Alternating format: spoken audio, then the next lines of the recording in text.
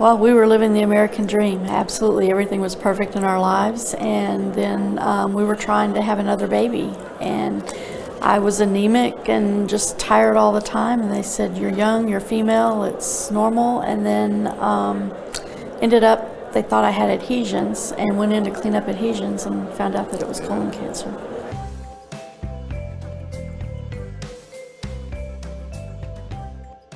In the beginning, actually, we were told I had about 6 months, and so we went home and we marked that big red X on the calendar and actually just kind of waited for that 6 months, and it was in the middle of that I started treatment, and we started living a little bit more with treatment and, you know, grabbing hold of every minute knowing that I was dying. And then in 2004 it got to the point where my liver tumors were growing out of control, and oncologist sat down and said, you know, we've done all that we can do and you really need to call hospice.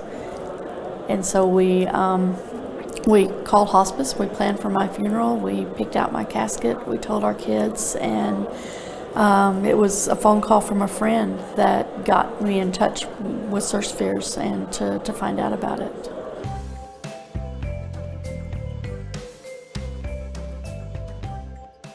Go from the edge of that cliff thinking that there's no place left to go, and then all of a sudden you find out about a treatment that's outpatient, and go back to your oncologist and he says, you know, that sounds great, but I don't think it's going to help you, and then follow that up with, what do you have to lose?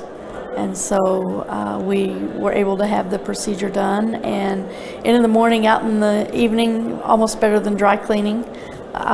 Had very few side effects, just basically was tired for a few days, and at that point I was very sick. So getting over it was just amazing, because every day I got a little bit better, and by 3 months out we'd seen 30% reduction in liver tumors, which was incredible because nothing was stopping the growth before then.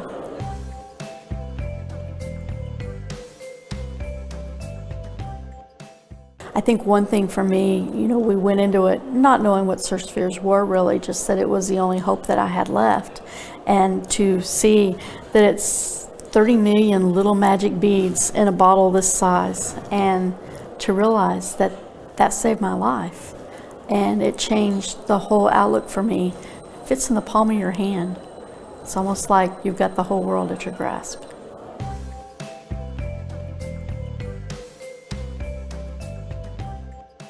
I'm a stay-at-home mom, and absolutely never thought that I would be sharing my story with anyone, and had gone to a conference the year before I had Sirtex, and everybody thought that I was probably not going to be alive the next year, including me.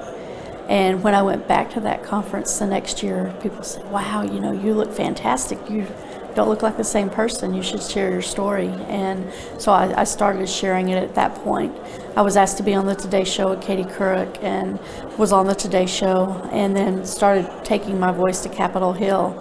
And shortly after that, Gordon, the person who told me about Sirtex, said, you know, no one's talking about living with liver tumors. They're all still telling us how to die. So we should start a support group.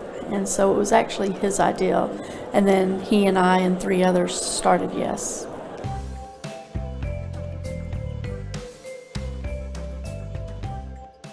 I think it's getting easier and easier all the time, and it's been, you know, back when I found out about it, it was something that had not been done that much, and so to see where it's gone from then to where it is now, and to know that patients are being told about it earlier in the diagnosis is very exciting.